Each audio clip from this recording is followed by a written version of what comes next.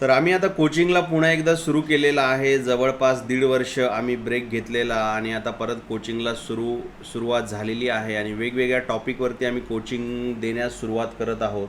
तर आम्ही आता सुरुवात केलेली आहे how to launch your own online product store. म्हणजे ज्या पद्धतीने Amazon, Flipkart e com store आहे, तर तुम्ही तुमचं ई कॉमर्स स्टोअर कसे बनवू शकता हे आम्ही शिकवतो आहे. तर याच्यामध्ये मला जो 3-4 वर्ष अगोदर मी कोचिंग केली आणि मला एक गोष्ट रिअलाईज झाली की एखादा कोच हा सगळ्यांना रिझल्ट नाही देऊ शकत आणि स्टुडंट्स तेच रिझल्ट मिळवतात जे स्वतः प्रॉब्लेम फाइंडिंग करतात. म्हणजे मी त्यांना जर शिकवलं आणि मी त्यांना डिरेक्शन दाखवली तर they should learn by themselves. ते प्रत्येक वेळेस माझ्यावर डिपेंड नाही राहिले पाहिजे. जर ते माझ्यावर डिपेंड राहिले याचा अर्थ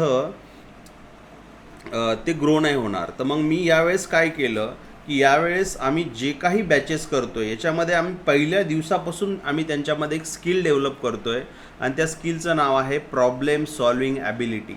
म्हणजे त्यांच्या लाईफमध्ये जे जे प्रॉब्लेम येत आहेत बिझनेस रिगार्डिंग त्यांना सॉल्व कसं करायचं. म्हणजे एक एक्झाम्पल जर घ्यायचं झालं तर फॉर एक्झाम्पल फेसबुकमध्ये ते लॉग इन करत आहेत आणि त्यांना तिथे येतो आहे की your password is wrong, please reset it. तर बऱ्याच लोकांना हे समजत नाही. अशा वेळेस मी त्यांना सांगितलं की तुम्ही याची स्क्रीनशॉट काढा आणि स्क्रीनशॉट काढल्यानंतर तुम्ही चॅट जीपीटीमध्ये किंवा मेटा AI डीपसीक आहे, असे बरेच AI प्लॅटफॉर्म आहे, ती स्क्रीनशॉट अपलोड करा आणि त्याला विचारा मराठीमध्ये की मला हा एरर आलेला आहे, मला हा एरर सॉल्व करून द्या स्टेप बाय स्टेप. मग ते स्टेप बाय स्टेप इन्स्ट्रक्शन सांगणार आणि माझे जे स्टुडंट्स आहेत त्यांना मी सांगतो आहे की तुम्ही हे फॉलो करा. सांगायचा मुद्दा की मी त्यांना कधीच माझ्यावर डिपेंड राहा असं म्हणत नाही. मग त्यांच्यामध्ये प्रॉब्लेम सॉल्विंग ॲबिलिटी कशी डेव्हलप होईल यासाठी आम्ही आता प्रयत्न करत आहोत. म्हणजे इवन दो त्यांनी आम्हाला फीस पे केली तर आमचा उद्देश आहे की त्यांना आम्ही डिरेक्शन द्यावी की काय करायचं, कसं करायचं. पण त्यांनी 80% प्रॉब्लेम त्यांनी सॉल्व केले पाहिजे एकदा आमच्याकडनं शिकल्यानंतर. 20%साठी आम्ही आहोत. त्यातल्या त्यात बेसिक प्रॉब्लेम त्यांनी आम्हाला विचारायलाच नको आणि जे इंटरमिडिएट लेवलचे प्रॉब्लेम आहेत ते आम्ही मास्टर माइंड कॉल जे बुधवारी सेशन घेतो त्यामध्ये सॉल्व करतो. तर सांगायचा मुद्दा, मी जे 3-4 वर्ष या अगोदर कोचिंग केली त्यामध्ये बऱ्याच लोकांना शिकवलं. त्यामध्ये 30%-35% लोकांना रिझल्ट मिळाले, बाकी लोकांना नाही मिळाले. याचं एकमेव कारण होतं की ते लोक कोर्स या अपेक्षेने घेत होते की आता सर आपल्याला सगळं शिकवणार. म्हणजे फेसबुकला अकाउंट कसं बनवायचं, पासवर्ड विसरला तर काय करायचं, मध्येच मला कम्प्युटर हाताळता आलं नाही तर काय करायचं, शटडाऊन कसं करायचं.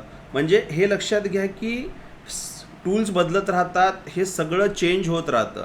अनलेस अँड अनटिल तुम्ही प्रॉब्लेम सॉल्विंग ॲबिलिटी डेव्हलप नाही करणार, तुम्ही ग्रो नाही करणार. ठीक आहे. तर मला एवढंच सगळ्यांना सांगायचं आहे की आम्ही हे एक चेंज केला, मला तुम्हाला सगळ्यांना शेअर करावासा वाटतो आहे. आणि याच्यात मला खरंच बदल जाणवत आहेत. 1-2 बॅचेस झाल्या, त्याचे स्टुडंट म्हणत आहेत सर आम्ही हा कधी विचार केलाच नव्हता की आपण स्वतःला जर एखादा प्रॉब्लेम आला तो सॉल्व कसा करायचा, त्याचे काय आम्ही फ्रेमवर्क्स त्यांना दिलेले आहेत. ते आता प्रॉब्लेम स्वतः सॉल्व करत आहेत आणि पुढे जात आहेत. म्हणजे काल पेमेंट गेटवे बऱ्याच जणांनी स्वतःचं बनवलं आहे रेझर पेवरती. त्यांना प्रॉब्लेम गेले, काही प्रायव्हसी पॉलिसी लिंक कशा बनवायच्या, त्यांना सांगितलं की प्रॉब्लेम सॉल्व कसा करतात, विचार कसा करतात आणि अशा पद्धतीने त्यांनी प्रॉब्लेम सॉल्व केले. तर सांगायचा मुद्दा की आपण जेव्हा बिझनेसमध्ये प्रॉब्लेम येतात so we should have a critical thinking ability. तर त्या सिच्युएशनला काय करायला पाहिजे हे कळायला पाहिजे. तर आणि आता भरपूर गोष्टी सोप्या झालेल्या आहेत AIमुळे. आणि AI फक्त म्युझिक बनवायला किंवा कंटेंट बनवायला याच्यासाठी कामाला नाही आहे. तुमच्या लाईफमधले प्रॉब्लेम सॉल्व करायला पण AI हेल्प करू शकतं. म्हणजे हे तर आय गेस बिल गेट्स म्हटलेत की जे सायकॅट्रिस्ट लोकांचा जॉब आहे ते AI बऱ्याच पुढच्या काही दिवसामध्ये घालवू शकतं. कारण सायकॅट्रिस्ट जे काउन्सिलिंगद्वारे ट्रीटमेंट करतात हे AI बेटर करू शकतं जर कम्युनिकेशन चांगलं त्यांनी AI बरोबर केलं तर. मग तुमचे प्रॉब्लेम का नाही सॉल्व करू शकणार. ठीक आहे. तर मला हे तुम्हाला सांगायचं होतं. तर डेफिनेटली तुम्ही सगळ्यांनी प्रॉब्लेम सॉल्विंग ॲबिलिटी डेव्हलप करा आणि डेफिनेटली बिझनेस नाही आहे, प्रत्येक क्षेत्रामध्ये तुम्ही ग्रो करा. Thank you so much. Signing off Dhananjay Kalyankar.